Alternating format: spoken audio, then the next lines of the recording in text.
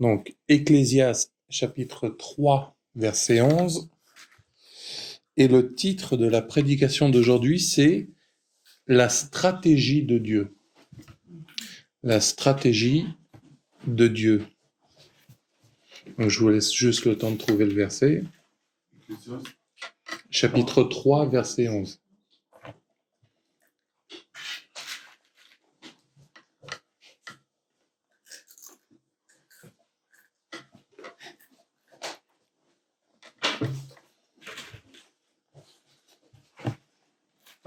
C'est bon?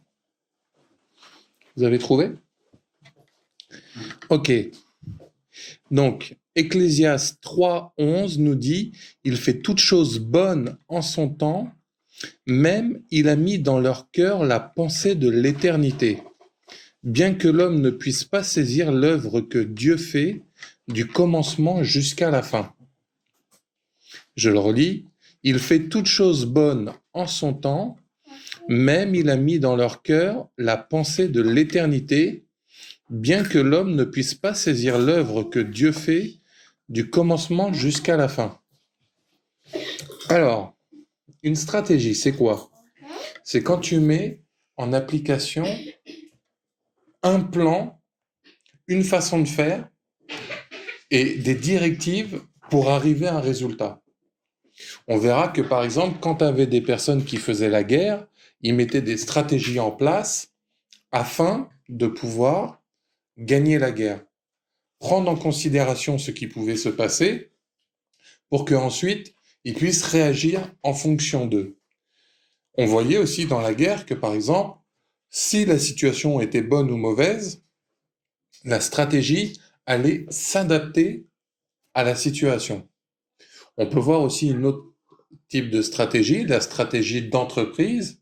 Vous verrez des fois des entreprises qui décident, voilà, nous voulons faire tant de chiffre d'affaires, nous voulons avoir tant d'employés, faire des nouvelles ventes, etc. La stratégie, à chaque fois, sera faite pour créer la structure, créer le plan, créer la façon dont ça va être fait. Donc, on va vraiment avoir le côté mise en place. Et souvent, la stratégie, c'est quelque chose qui se décide beaucoup à l'avance, rarement sur le moment même, parce que quand on voit une équipe de foot, par exemple, qui joue un match, peut-être il s'est dit dans sa stratégie qu'il allait jouer de telle façon parce que l'équipe d'en face est forte, peut-être parce que l'équipe est faible.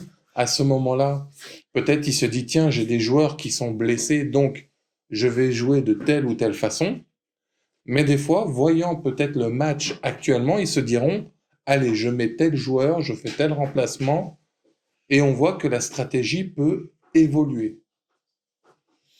Et c'est pour ça que il est important de savoir qu'est-ce que Dieu peut faire d'une stratégie.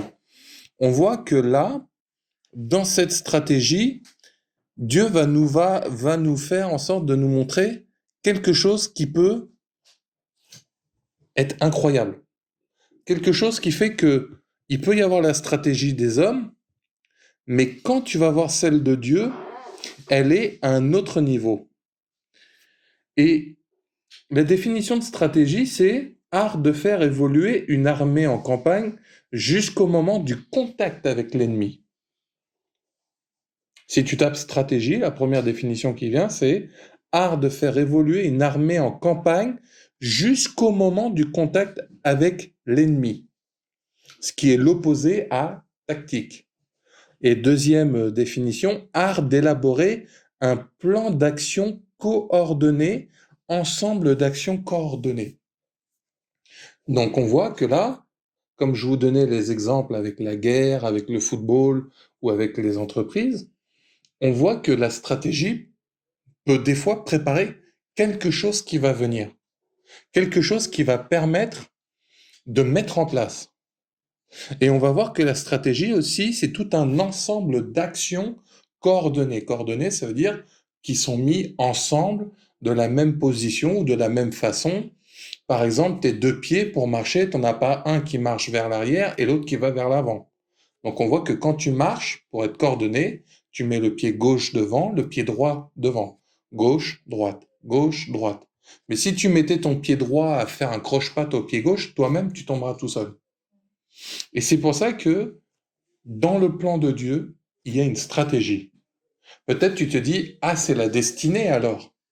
C'est pas complètement faux. Tu te dis, ah, ça ressemble au plan de Dieu. C'est pas complètement faux.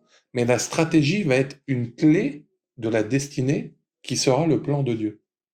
Ça va être un composant, une composante qui va justement faire en sorte d'agir pour le plan de Dieu, pour la destinée de Dieu.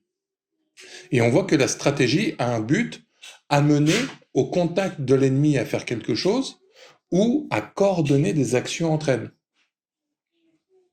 Donc, essayez de garder ça en tête pour que vraiment tu te dis, ok, Dieu fait comme un chef d'orchestre, il organise, il coordonne. Quand tu vois un orchestre, à un moment, tu as les flûtes qui jouent entre elles. Des fois, ça sera les percussions. Pareil, un groupe de musique, on va voir que quand la guitare joue, la basse est en même temps, peut-être le piano, et ça peut te montrer cette façon d'être des actions coordonnées.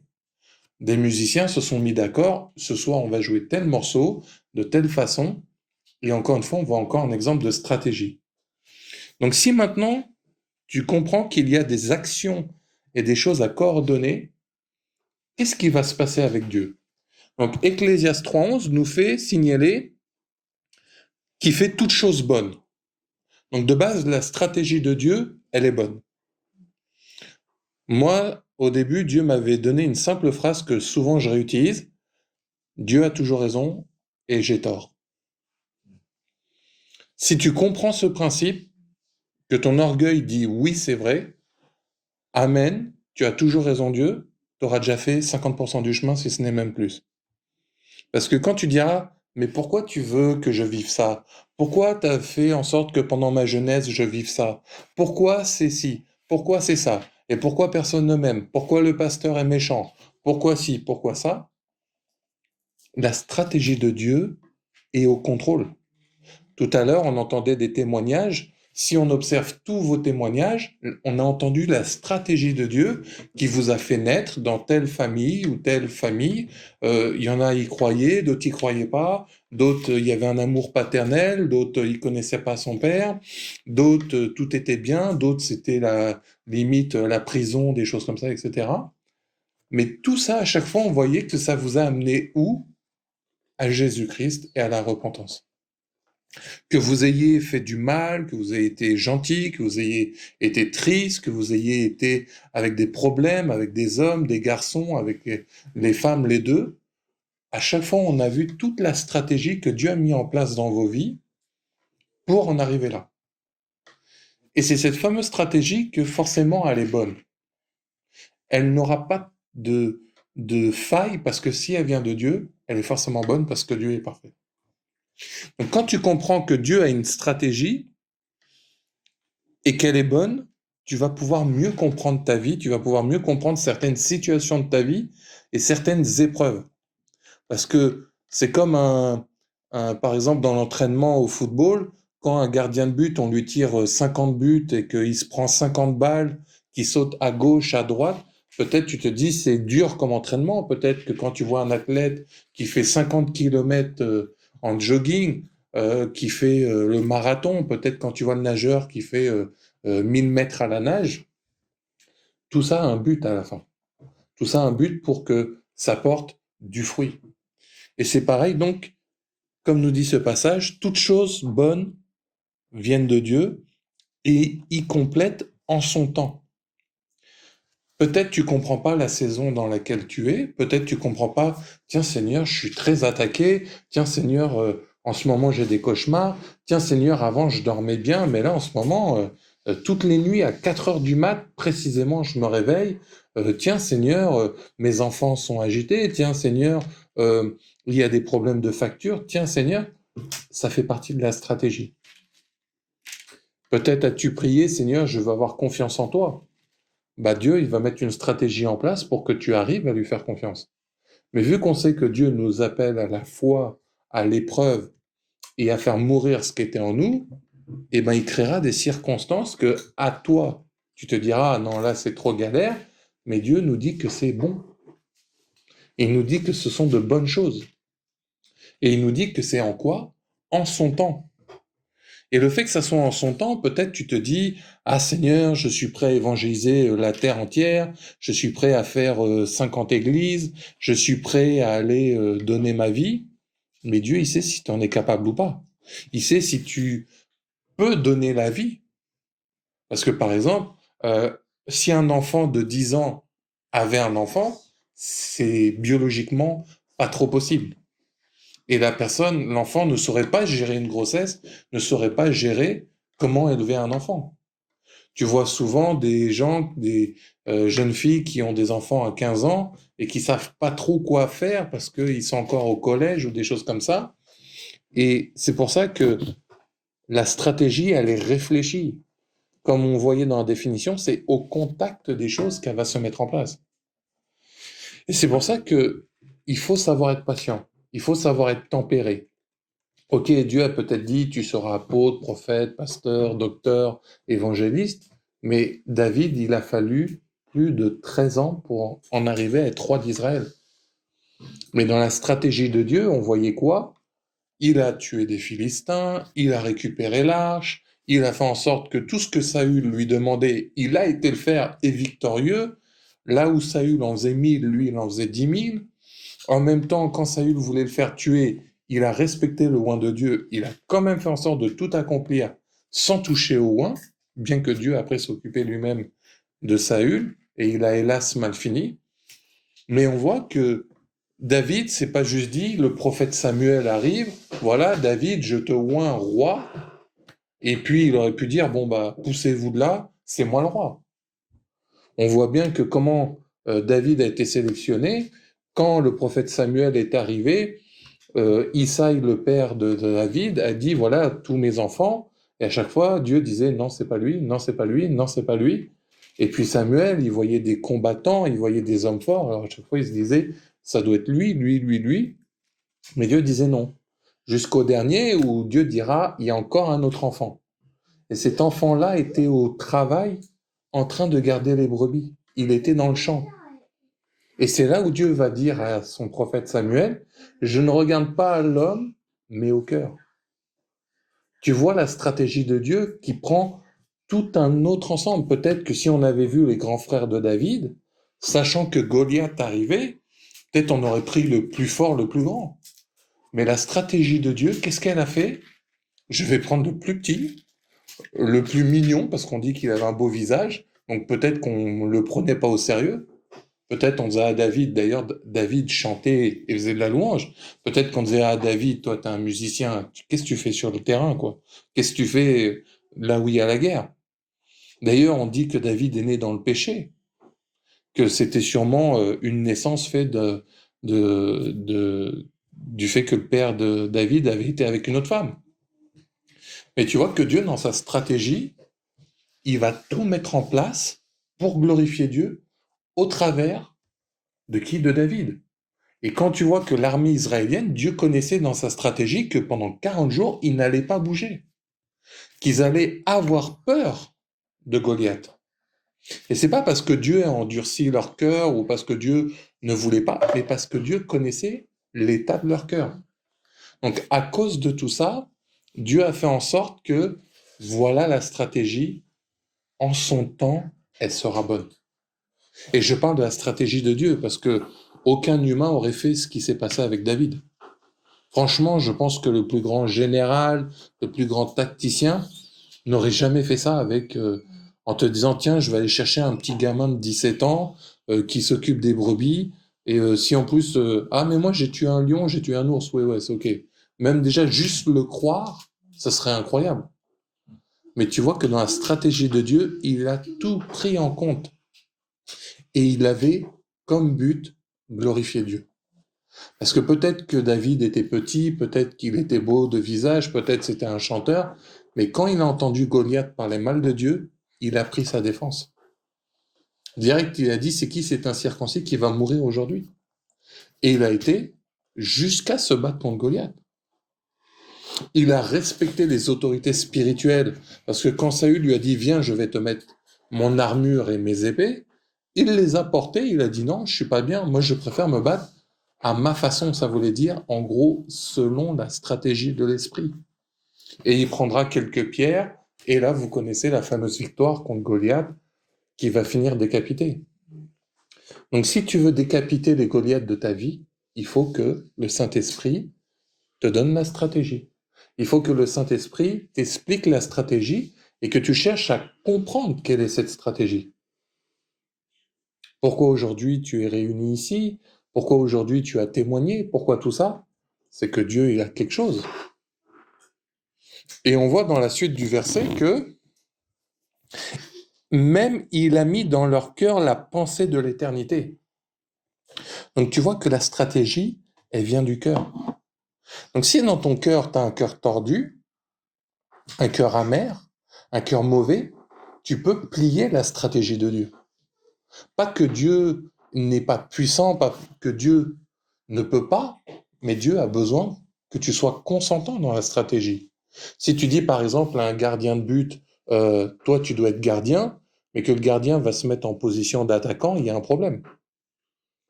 Ok, il est sur le terrain, mais s'il n'est pas à sa bonne position, faudra pas s'étonner que l'équipe perde parce qu'ils ont pris 50 buts. C'est normal, il n'y a pas de gardien.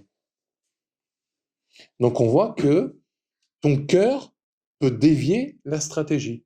Ton cœur peut empêcher la stratégie, ou des fois, comme dit Osée 4:6, mon peuple meurt par faute de connaissance. Donc si tu ne connais pas la stratégie de Dieu, bah, tu peux te perdre. Et c'est là où il ne faut pas réfléchir toujours en termes que de, comment dire, toujours être à psychoter. Est-ce que je suis dans la stratégie? Est-ce que j'y suis pas? Est-ce que des fois Dieu regarde, il a dit une stratégie à Abraham. Voilà, tu auras des enfants. Tu auras une nation, tes enfants, il y en aura autant que les étoiles du ciel, autant que les grains de sable. Abraham a mis plus de 100 ans à avoir Isaac. Mais entre-temps, le diable est venu faire quoi? Proposer une autre stratégie. Il a mis la tentation dans le cœur de Sarai en disant, Sarah, ta servante égyptienne, elle est belle, elle est jeune, elle pourra porter un enfant. Et puis si c'est bon, vu que c'est ton esclave, c'est comme si c'était à toi, etc. Et on dira que c'est ton enfant. Et Sarah se disant, bah bon, j'ai 70 ans, j'ai toujours pas d'enfant. Abraham, il en a 20 de plus que moi, ou je sais plus combien. Bon, ça a l'air bien. Et puis, imagine même Abraham, hein, on te présente une jeune femme, bah écoute, donne-la toi et fais un enfant et on dira que c'est le nôtre. La stratégie a l'air alléchante, a l'air séduisante, et c'est une tentation. Et de la même façon que Ève a convoité le fruit, parce qu'il était beau à regarder, Abraham a convoité Agar, parce que c'était beau à regarder aussi. Donc des fois, le problème, c'est que la stratégie va venir en opposition avec celle que le diable te propose, ou celle que toi-même tu fais. Imagine, tu aurais été dans le cas d'Abraham, peut-être parce que Agar aurait été brune, tu n'aurais pas été. Peut-être parce qu'elle était blonde, tu aurais été. Peut-être parce que tu préfères les grandes, les petites, tu aurais été, pas été. Donc là, ça peut être toi-même qui bloque la stratégie.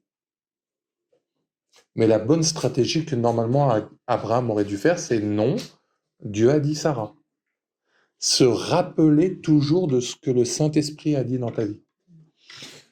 Quand Dieu parle et prophétise, il dira toujours blanc, blanc, blanc, blanc. Il va pas venir blanc, noir, violet, rose, gris, vert. Sinon, ça sera un Dieu de désordre. Mais des fois, on ne comprend pas que dans la stratégie, il y a vraiment le fait que Dieu peut te dire blanc, un cheval blanc, un chien blanc, un torchon blanc. Il te donnera certains détails. Il te donnera, par exemple, des brebis blanches, un chien de berger blanc et un enclos. Et tu te rends compte que les trois forment un pâturage pour un berger. Et tu vois que Dieu aura suivi toujours. Observez dans l'Ancien Testament, Dieu n'a pas un seul moment arrêté la venue de Jésus. Depuis Genèse jusqu'à Matthieu, tu verras quoi? Au moment de Adam et Ève qui pêchent, il dit « Et je vous enverrai le Fils qui écrasera la tête du serpent, etc. Il était déjà en train de parler de Jésus.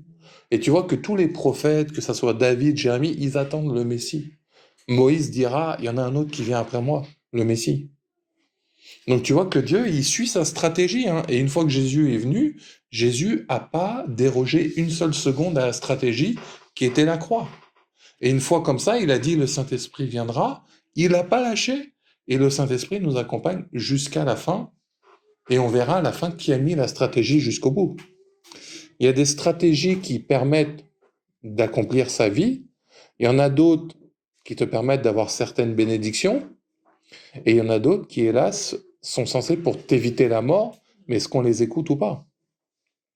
Et c'est ça qui va faire que la stratégie de Dieu a une importance dans nos vies. Et c'est pour ça que Dieu, dans Corinthiens 12, nous dit il y a le don du discernement des esprits. On pourrait dire le don des discernements des stratégies. C'est là où quand tu vois, hélas, le diable vient, il te parle. Mais est-ce que c'est le diable? Est-ce que c'est toi? Est-ce que c'est Dieu? Et vu que des fois, nous, on se dit, bon, je vais à l'église le dimanche, je vais à la prière, amen, on a bien loué, mais tu sais pas pourquoi Dieu te fait passer par un célibat, pourquoi Dieu ne t'envoie pas ta femme tout de suite, pourquoi à toi il te demande de te préserver pour le mariage, pourquoi à toi il t'envoie directement dans un pays, pourquoi à toi il te dit apprends le piano, pourquoi à toi il te dira passe le permis, pourquoi? Parce il sait pourquoi. Il sait ce qui fait que peut-être qu'aujourd'hui ton permis est primordial parce que depuis 2 ans tu dis Seigneur bénis-moi, aide-moi pour mes finances, mais si ton futur emploi il faut un véhicule, comment tu fais? Toi dans ta tête tu penses peut-être à tes factures, mais Dieu pense à toutes les solutions qui vont t'amener à la solution. Et c'est ça qui fait que on ne comprend pas la stratégie de Dieu.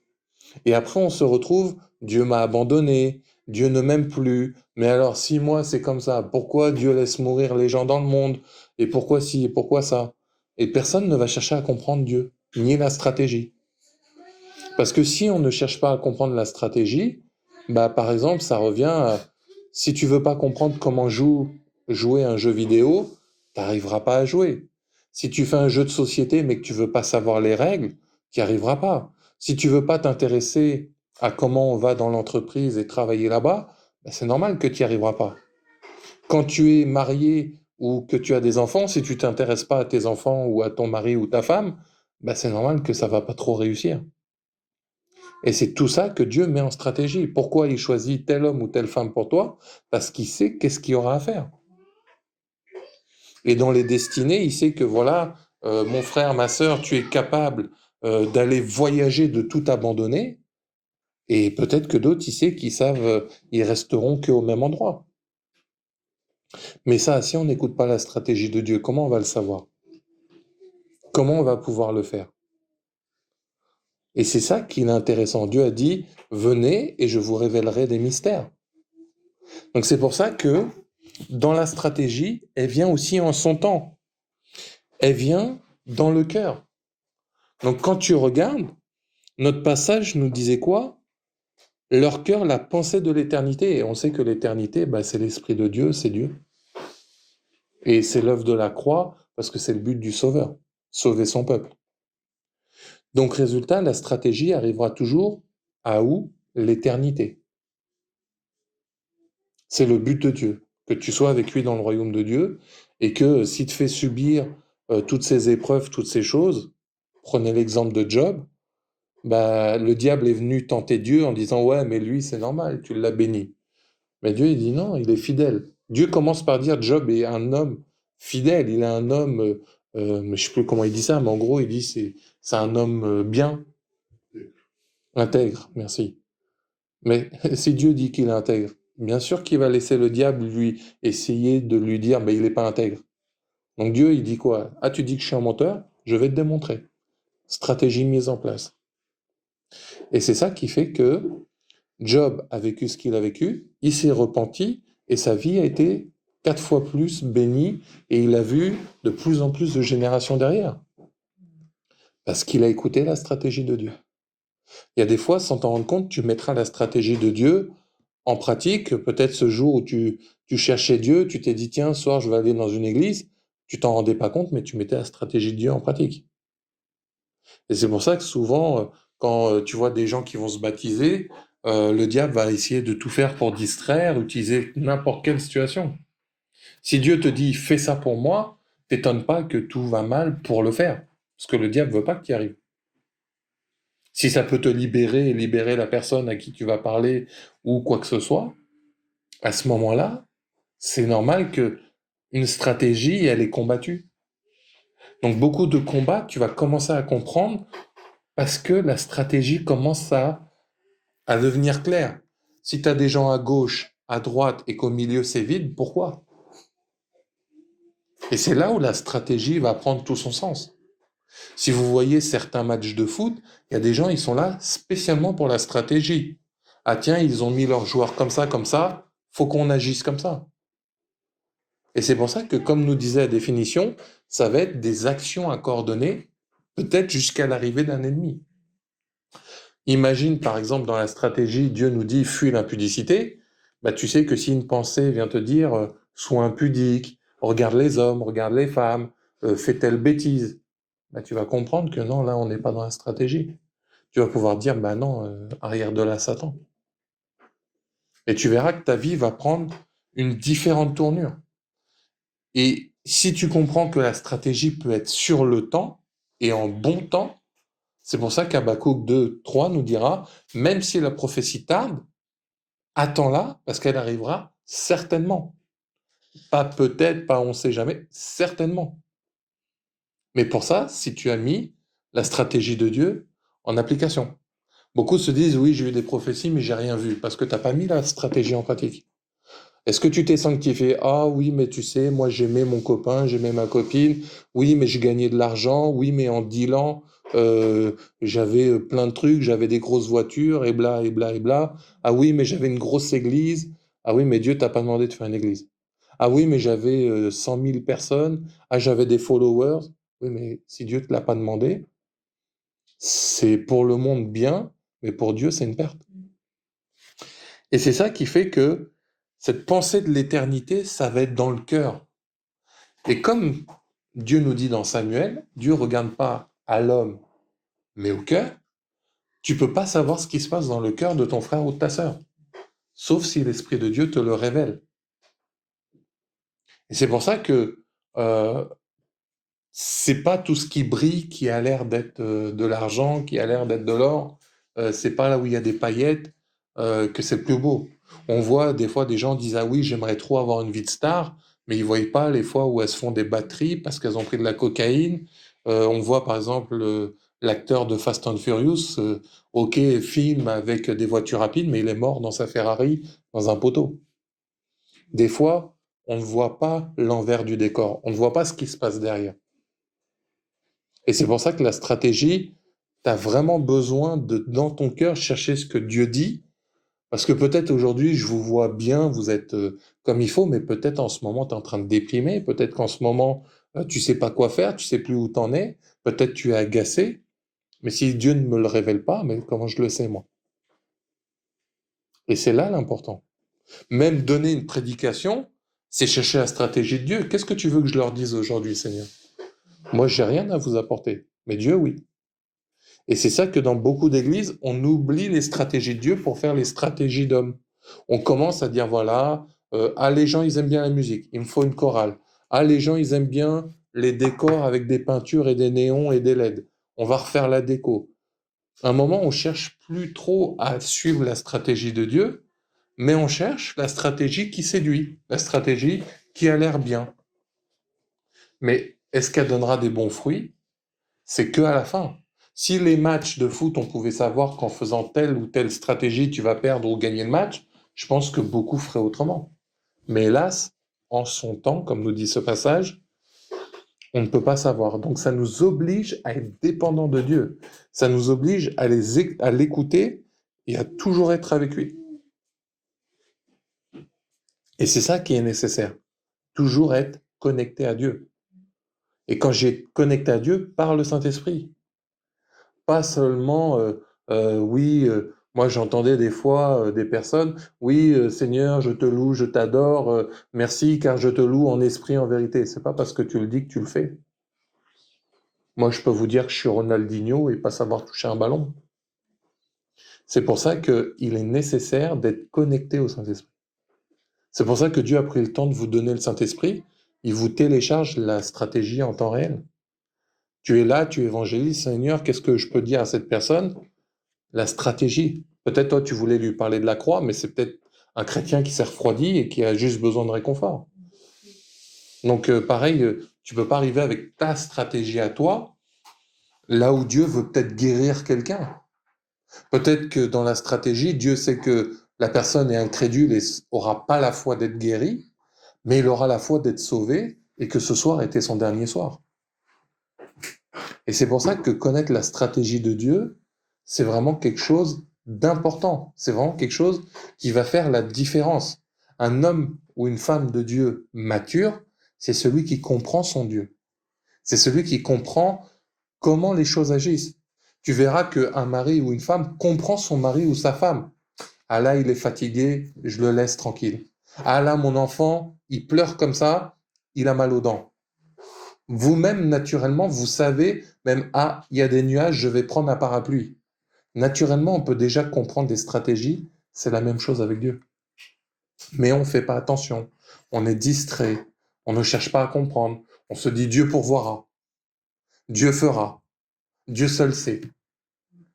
Mais Dieu, il te dit, consulte-moi, demande-moi, cherche-moi, demandez, vous recevrez, etc., etc. Et c'est pour ça que si Dieu a pris le temps de te donner la vie que tu as actuellement, c'est pas pour rien. Et si tu n'es pas totalement dans ce que Dieu veut, c'est que Dieu a une stratégie pour t'en sortir. Mais pour ça, il faut savoir laquelle. Et des fois, il y a des stratégies qui prendront du temps. Une femme sera enceinte 9 mois. Théoriquement, en supposant qu'il n'y a pas de problème, etc., c'est 9 mois. C'est pas tous les jours. Alors Dieu, je vais continuer à être enceinte? Oui. Alors Dieu, demain, je suis encore enceinte? Oui. Et il dit ça pendant 9 mois, c'est pas possible. On sait que si tu es marié, c'est pour la vie. C'est pas pour 1 heure, c'est pas pour 10 ans. Donc c'est pour ça qu'il est important de connaître la stratégie et comment la mettre en pratique. Et c'est pour ça que Dieu, des fois, permettra que tu aies des épreuves. Parce que le verset après nous dit, bien que l'homme ne puisse pas saisir l'œuvre que Dieu fait. Si tu ne sais pas l'œuvre que Dieu fait, c'est pour ça que des fois, tu comprendras pas. Pourquoi en ce moment tu vis telle épreuve? Pourquoi en ce moment Dieu te met à la prière? Pourquoi Dieu fait ça dans ta vie? Parce qu'il y a une œuvre que lui sait. Dieu sait tout, Dieu voit tout, Dieu comprend tout, Dieu il sait tout ce que tu vas faire et ne pas faire. Donc, c'est une œuvre que déjà de base tu peux pas la comprendre toi-même, mais on voit que il va vraiment y avoir ce besoin d'avancer. Si tu sais pas, mais pourquoi en ce moment j'ai que des problèmes et que tu te rends pas compte qu'en fait Dieu veut augmenter ta foi. Peut-être toi tu te dis Seigneur donne-moi la foi et pouf pouf, oh je suis super dans la foi, je crois que les montagnes peuvent aller dans la mer.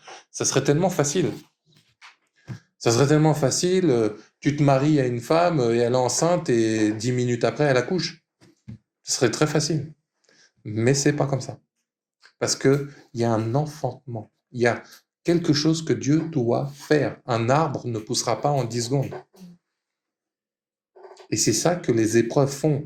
Mais des fois, tu es en pleine tempête, tu ne comprends pas, mais Dieu, lui, c'est son œuvre. Comme il dit, saisir l'œuvre que Dieu fait. Et on nous précise du commencement jusqu'à la fin.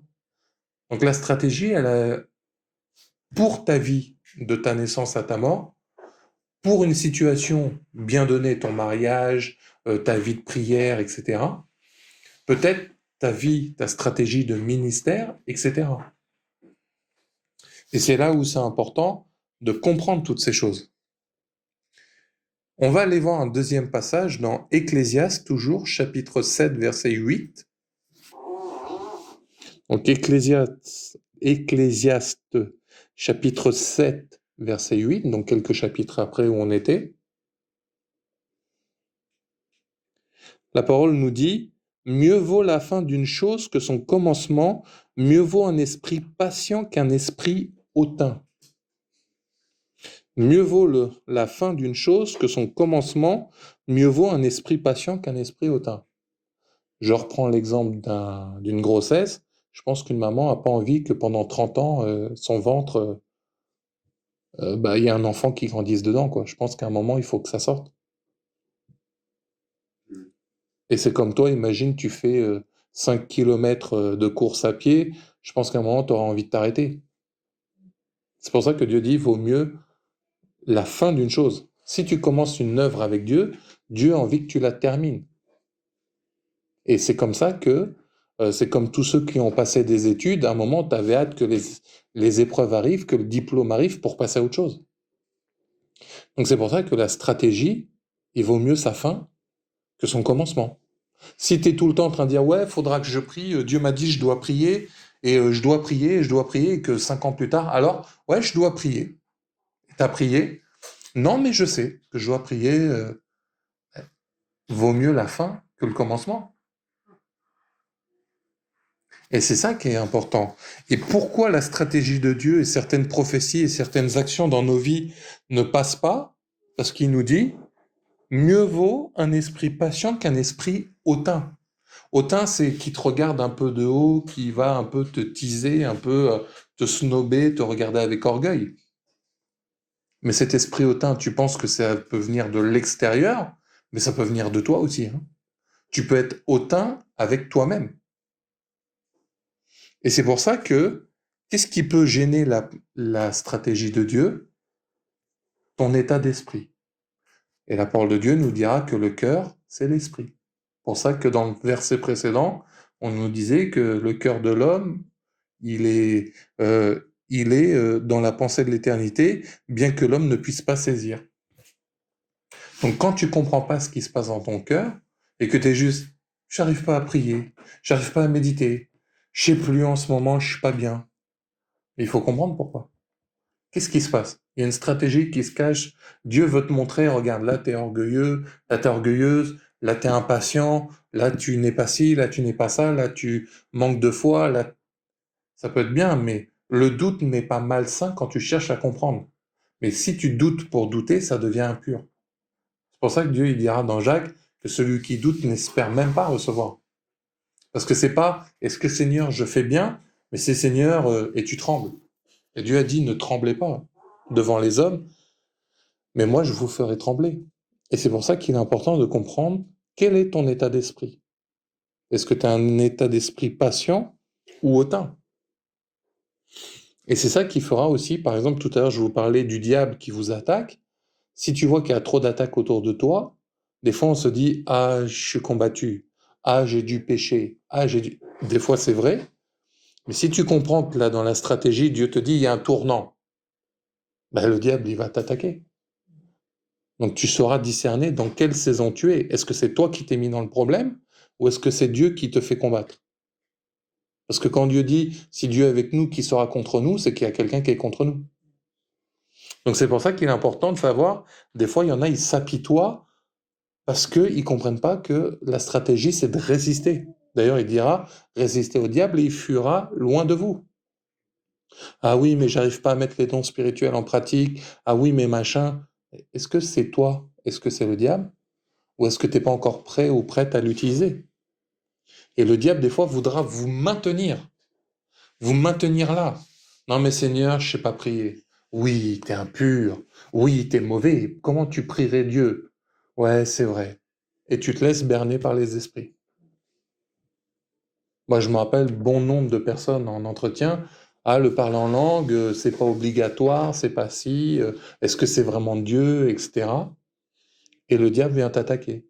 Mais personne va réfléchir, mais pourquoi on vient attaquer le parler en langue alors qu'il est écrit que tous prient en langue? Ah, c'est que le diable, ça l'ennuie.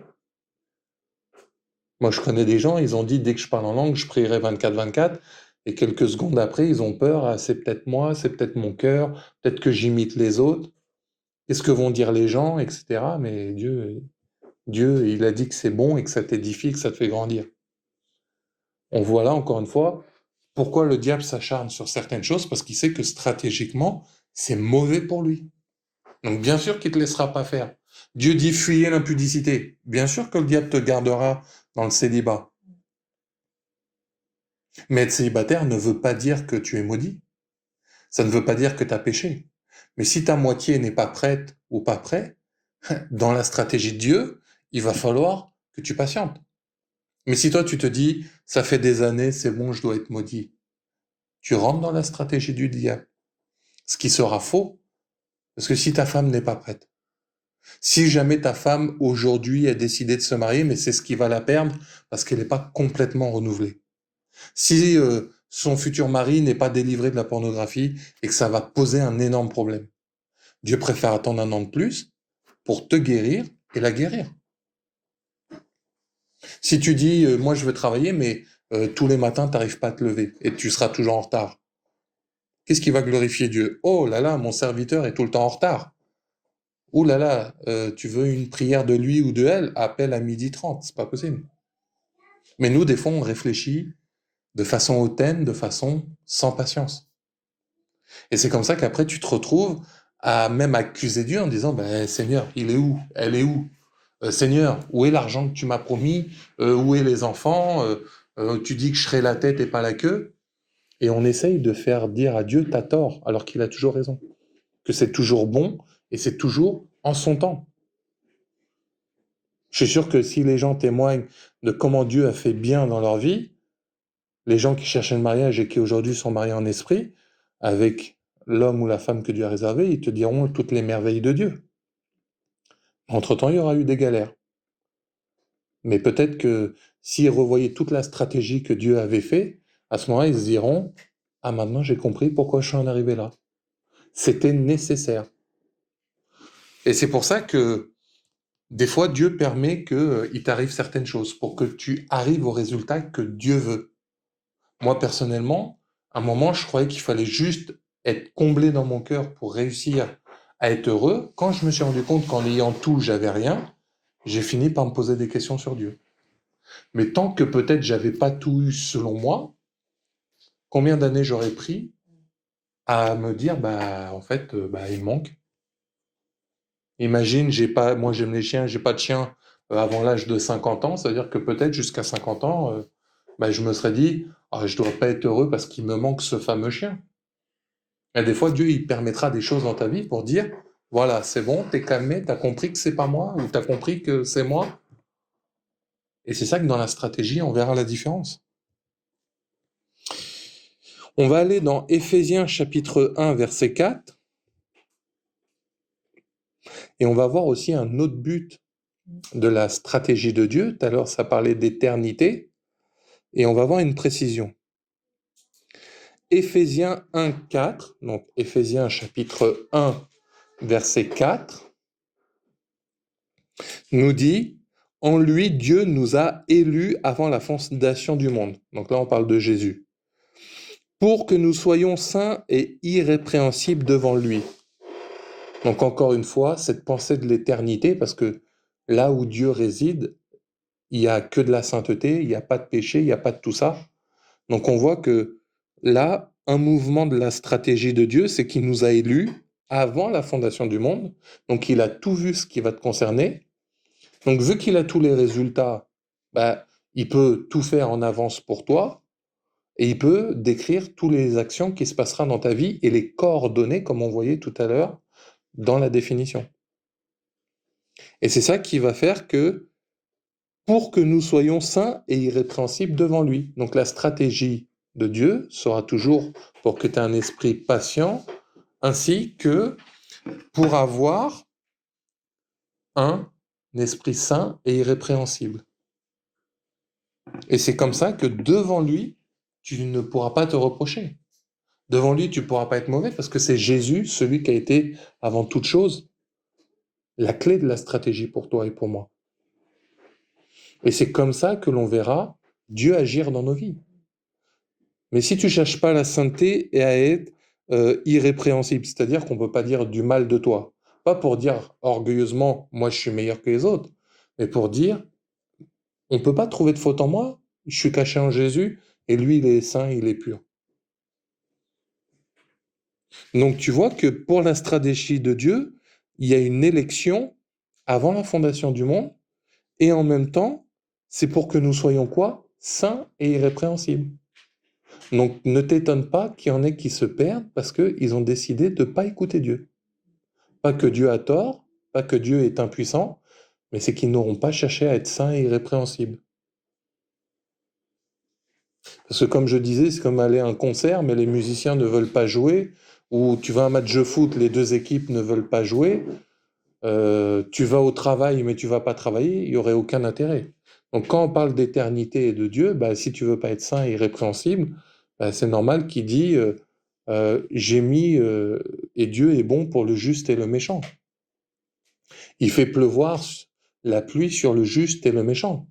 Si toi, Dieu t'a fait grâce d'être sanctifié et pardonné par Jésus, Dieu va pas enlever la pluie au-dessus de ta tête alors que ton voisin qui est à côté de toi dans la rue est méchant.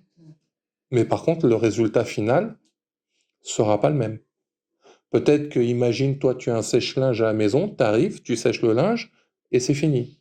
Peut-être que l'autre restera mouillé toute l'après-midi. Et c'est pour ça que dans les choix, il donne la vie et la mort, le paradis, l'enfer. Ça sera les résultats, les conséquences de la stratégie. Comme je vous disais tout à l'heure, il y a des stratégies. Ok, Dieu voulait que ce mois-ci, tu aies 1000 euros. Tu rates ta stratégie. Bon, tu perds 1000 euros, c'est dommage. Mais il y a des stratégies. Dieu veut que tu te repentisses. Et jusqu'à la fin de ta vie, tu diras non. Tu finis en enfer. Que tu aies raté une bénédiction, que tu aies raté des choses, c'est quelque chose. Et que tu rates la vie éternelle, là, c'est un problème. Et on oublie cette pensée de l'éternité. Toi, tu te dis tous les jours, je vais à l'église, je suis bien, je suis dans ma famille, mais n'oublie pas l'éternité. Comme nous disait Ecclésiaste au début. Cette pensée qu'il a mis dans notre cœur. Mais souvent, on la remet à j'ai le temps, plus tard. Et c'est négliger une stratégie. Et on va finir par 1 Pierre 1, 20. Donc, première lettre de Pierre, 1 Pierre, chapitre 1, verset 20.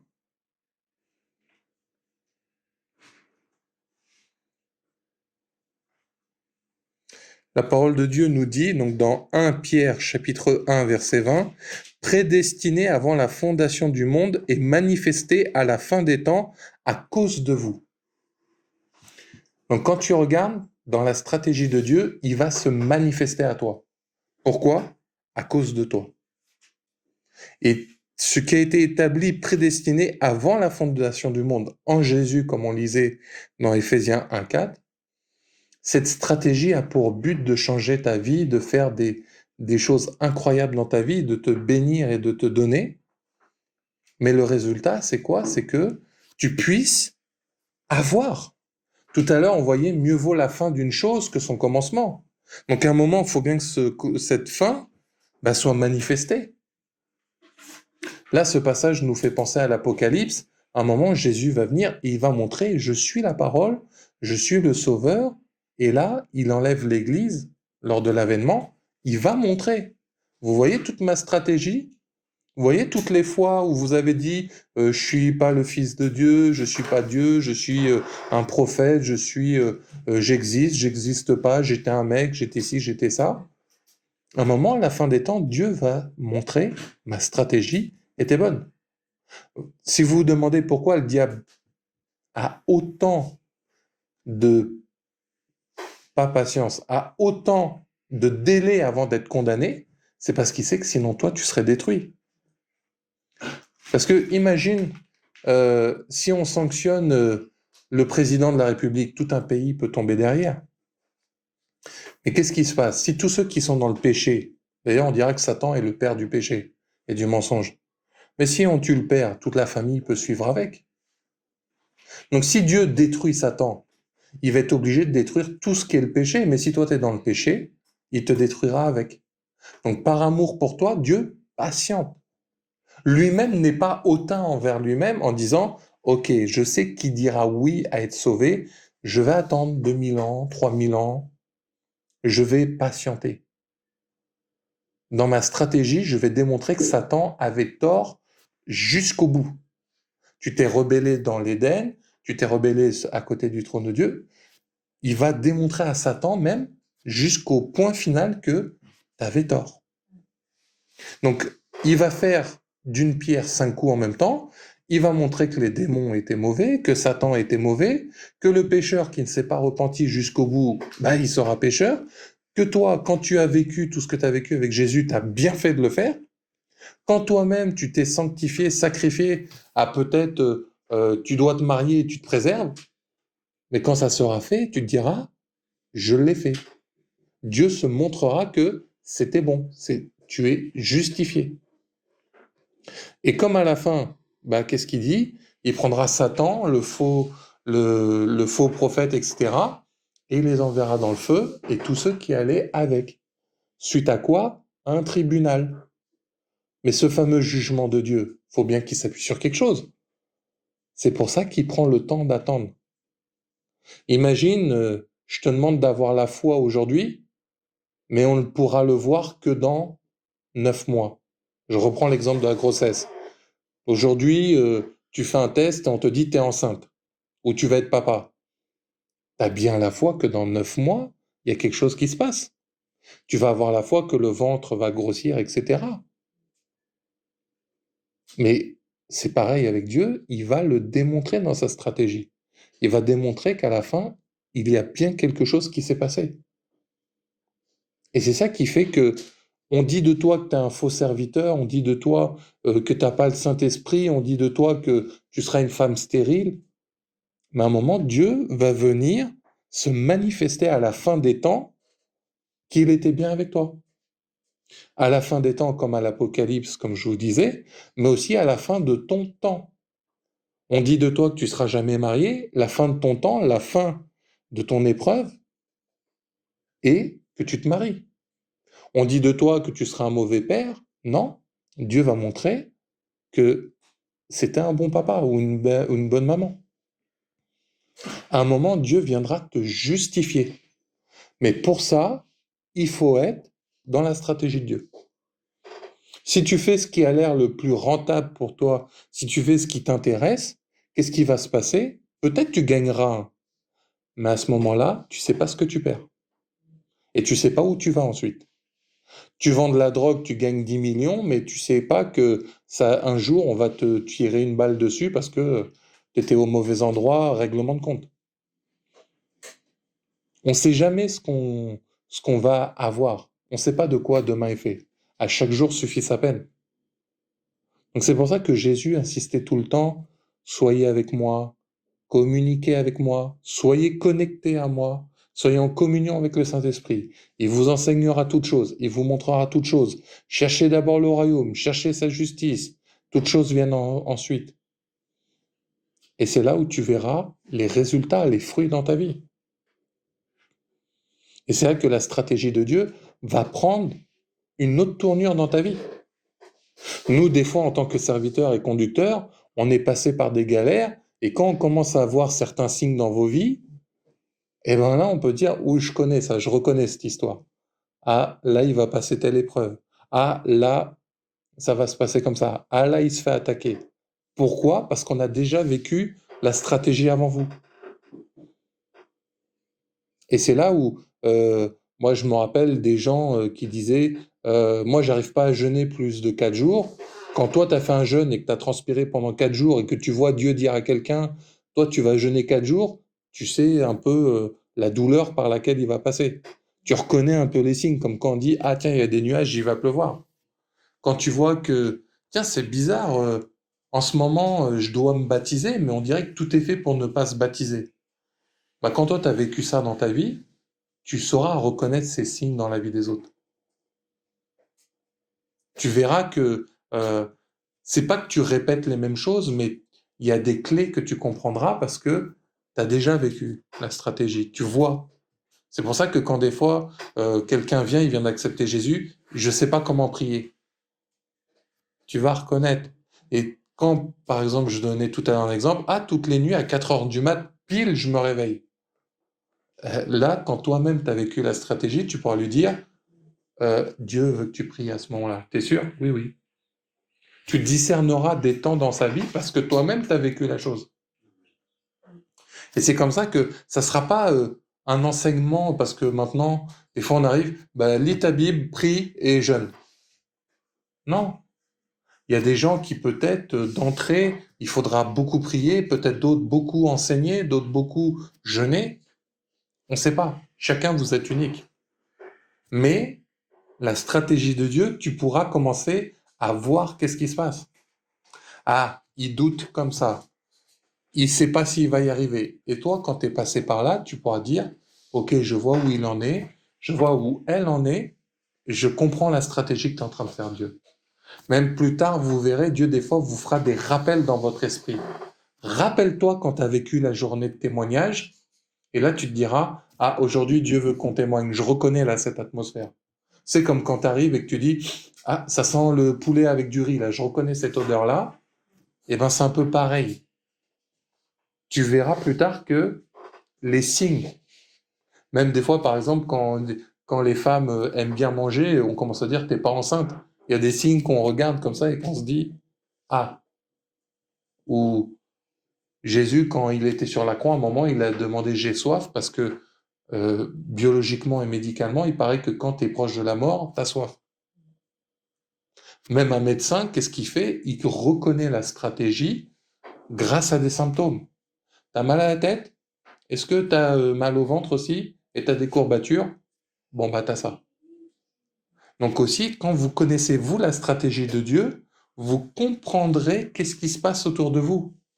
Comment est la personne à tes côtés? Comment est ta maman? Comment est ton père? Comment est ton ami, ton mari, ta femme, ta nièce?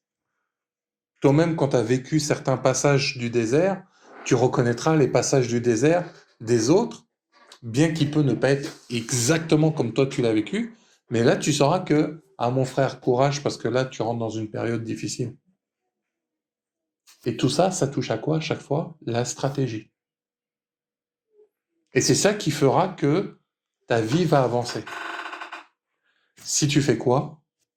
Que tu suis Dieu, que tu cherches l'éternité, que tu cherches qu'est-ce que Dieu veut, comment, et la stratégie qui va le mettre en application. Parce que je vous le dis encore une fois, beaucoup rendent corrompue la stratégie de Dieu. En plus, tu peux commencer une stratégie de Dieu et te dévier. On te dit de Satan qu'il était un astre brillant, il avait les ailes déployées et il s'occupait avec ses tambourins du trône de Dieu. On ne parle pas d'un mec qui était, je sais pas où, en bas de la terre et qu'il connaissait pas Dieu. Non. Là, il était en position numéro un. Après Dieu, bien sûr. Bon, en numéro 2, on va dire. Ça ne l'a pas empêché de corrompre sa destinée. Et en plus, une fois qu'il a perdu, rageux, il nous a embarqués avec Adam et Ève dans sa galère. Et en plus, à cause de ça, il nous a pris en otage et maintenant il veut que le maximum meure. Donc, comme je vous disais tout à l'heure, pourquoi Satan, il y a autant de temps qui lui est donné avant d'être condamné? C'est à cause de nous qui sommes pris en otage. C'est pour ça que Jésus est venu, c'est pour ça que pendant 3 jours, il est allé vaincre Satan dans le séjour des morts. C'est pour ça que le Saint-Esprit est là, pour que, naturellement, qui va se dire ici, ne pense pas à des femmes, ne regarde pas ci, ne convoite pas l'argent. Encore une fois, le Saint-Esprit est une stratégie divine pour toujours gagner contre Satan. Et ça aura toujours pour but l'éternité, glorifier Dieu. Quand tu arrives à aujourd'hui, j'ai vaincu mes mauvaises pensées. Éternité, gloire à Dieu, sainteté et irrépréhensible. Donc la stratégie, elle peut être sur 9 mois comme sur 10 secondes. Ah Seigneur, non, c'est mal de faire ça. Ah Seigneur, faut pas que je parle mal. Ah Seigneur, machin. Ah Seigneur, faut que je range la maison. Les stratégies viendront tout le temps. Et dans ces stratégies, qu'est-ce que vous retrouverez? T'es fatigué, ton frère et ta sœur sont disponibles. Ah, il attend aussi que tu agisses. Des fois, tu sais, c'est comme... imagine, tu as envie de manger un fruit bien précis, mais que ce fruit est chez ton frère ou ta sœur en Christ. La stratégie de Dieu aussi sera de voir qu'est-ce que tu vas faire. Imaginons, j'ai envie d'un melon. Et vraiment, Seigneur, je prie, donne-moi un melon, s'il te plaît, ça me ferait du bien. Et Dieu, il sait que tu as soit le melon chez toi, ou les 3 euros qui vont permettre d'acheter le melon. Et que toi, de ton côté, tu es là, Seigneur, je prie pour obéir à ta volonté. Ben, Dieu va te tester. Et des fois, même, c'est très discret. Hein. Peut-être, ouais, allô, ça va, tiens, aujourd'hui, je mangerais bien un melon. Bon, sinon, ça va, toi? Et la phrase, elle est passée discrète. Et toi, tu sais que tu as un melon à la maison. Et Dieu t'observe. Est-ce que tu vas te le garder pour toi? Est-ce que tu vas le ramener? Est-ce que tu vas penser à ton frère? Parce que quand on dit dans le passage, soyez saints et irrépréhensibles, c'est aussi, il nous dit, aimez-vous ardemment les uns les autres, aime ton prochain comme toi-même. Si tu as une poutre dans l'œil, ne regarde pas l'aiguille de foin qu'il y a dans l'œil de ton prochain. Dieu va t'observer. Il suffit de voir la semaine dernière, la prédication, c'était l'architecture du diable et de Dieu. On a parlé de forteresses et de mauvaises choses dans nos cœurs. Toute cette semaine, je suis sûr que vous avez vécu des choses sur des sujets sensibles de vos vies. Dieu vous a observé toute la semaine. Et dans sa stratégie, des fois, il peut être là, je dis rien, je fais rien, mais il sait où sont les solutions. Ah, tiens, le frère habite pas loin de chez la sœur, aujourd'hui on doit se revoir, et c'est sur ta route. Bah, Dieu va t'observer. Et c'est très très minutieux. Des fois, la stratégie, on ne la comprend pas et on rate une épreuve parce que bah, t'as pas constaté, t'as pas cherché à comprendre. Mais pourquoi j'avais eu tel rêve? Est-ce qu'il venait de Dieu, pas de Dieu? Et tu passes à côté. Et après, on va te dire, ah bah tu sais que tu devais m'amener un melon aujourd'hui? Ah ouais, mais tu sais, je le sentais dans mon cœur. En plus, j'y pensais fortement en le voyant dans le salon. Et Dieu t'observait dans la stratégie. Et Dieu va te démontrer par la suite, regarde, tu dois penser à ton frère, à ta sœur, ça peut être appeler ta maman, ton papa, ça peut être plein de choses. T'es au travail, respecte tes collègues, euh, fais ton temps, ne pars pas avant les autres. Et voilà. Des fois, par exemple, moi ça m'est déjà arrivé, j'ai vu, on ramène une boîte de chocolat au boulot, et t'as des collègues qui vont venir la blinder, la torpiller, la... Mais Dieu peut te dire, il peut observer, est-ce que tu vas en laisser aux autres? Et des fois, c'est très, très subtil, sa stratégie. Et après, Dieu peut venir te dire, t'es orgueilleuse. Ah, t'es un voleur. J'ai rien fait. Rappelle-toi les chocolats. Tu vas dire, ah, Seigneur. Oui, oui, tu n'as pas aimé ton prochain. Et c'est pour ça que la stratégie de Dieu, elle est comme une épée à double tranchant. C'est très fin des fois. Des fois, c'est gros comme une maison, hein. Tu lis un verset, tu dois jeûner. Tu regardes une prédication sur le thème, c'est le jeûne. Ta sœur ou ton frère en Christ te dit, ah tiens, Dieu m'a dit de jeûner. Bon là, la stratégie, hein, souvent, elle est, tu vas te dire, oh, je crois que je dois jeûner. Mais il y a des fois, ça va être subtil parce que l'Esprit de Dieu attend de voir qu'est-ce qu'il y a dans ton cœur. Attend de voir qu'est-ce que tu cherches. Et c'est là où la stratégie va prendre tout son sens. Moi, par exemple, à une époque, j'avais du mal à me taire. Quand Dieu me montrait, la personne fait ça de bon ou de mauvais. Moi, c'était, je donne l'info, tiens, comme ça, tu sais. Mais après, Dieu m'a fait comprendre, mais comment il va faire son épreuve si tu lui dis tout? Imagine un enfant, tu dis, tu mets tes chaussures, maintenant t'es lacé, tu mets ton pantalon, tu fermes ta braguette, tu mets ton pull, tu mets tes gants et ton écharpe. À un moment, je crois que le gamin, il sera saoulé, hein, si tu lui dis tout comme ça. Au début, s'il sait pas faire, tu l'aides. Il y a un temps d'apprentissage, un temps d'adolescence spirituelle, mais à un moment, Dieu, il voudra que tu saches faire des choses. Pas que tu sois déconnecté, que tu n'aies pas de conducteur, que tu sois un électron libre, mais il y aura ce moment où Dieu va attendre des choses de toi. Et moi, je me rappelle, des fois, je pouvais dire, bah, Dieu attend ça de toi. Et c'est limite, des fois, il me dit, non, maintenant, tais-toi, dis rien, j'attends de voir qu'est-ce qu'il va faire. C'est pour ça que même des fois, moi, quand j'étais jeune chrétien, je comprenais pas. Le pasteur me disait, Florent, tu dois demander l'amour. Ouais, mais pourquoi? Demande l'amour. Bon, bah, Seigneur, s'il te plaît, l'amour. Et c'est que quelques mois après, quand je refaisais un listing de toutes les galères ou les réussites que j'avais fait dans mes 3 mois, ah, j'ai compris pourquoi il m'avait dit, il faut prier pour l'amour. Ah, mais alors quand j'ai aidé un tel, ah, mais c'était de l'amour. Je croyais que l'amour, c'est que évangéliser. Ah, mais quand j'ai été porter les sacs de ma maman pour lui faire des courses, ah, c'était de l'amour. Et là, tu vas commencer à voir, ah, mais la stratégie, elle devient claire à tes yeux. Mais il faut observer. Et c'est pour ça que Dieu donnera des discernements, des choses. Tu vois qu'en ce moment, ton frère ou ta sœur en Christ est fragile, bah, prie pour lui parce que Dieu te donnera la stratégie. Bon, ton frère, ta sœur est fragile, prie pour lui. Et toi, tu te dis, oh, mais il a l'air d'aller. Ah oui, mais le pasteur va prier. Ah, son père spirituel va prier. Mais Dieu peut te dire, toi, prie parce qu'il t'a fait discerner. Toi, tu reconnais peut-être la saison où il est. Et Dieu, sa stratégie, c'est que tu es là comme un soutien, comme un renfort. Et après, Dieu va devoir te rappeler, je t'avais dit de faire ça et ça. Jusqu'à un moment, il va dire, hé, je t'avais dit de faire ça. Parce que Dieu répète tout le temps sa stratégie. Et des fois, même Dieu, sa stratégie, elle avance plus tant que tu n'as pas fait une action bien précise.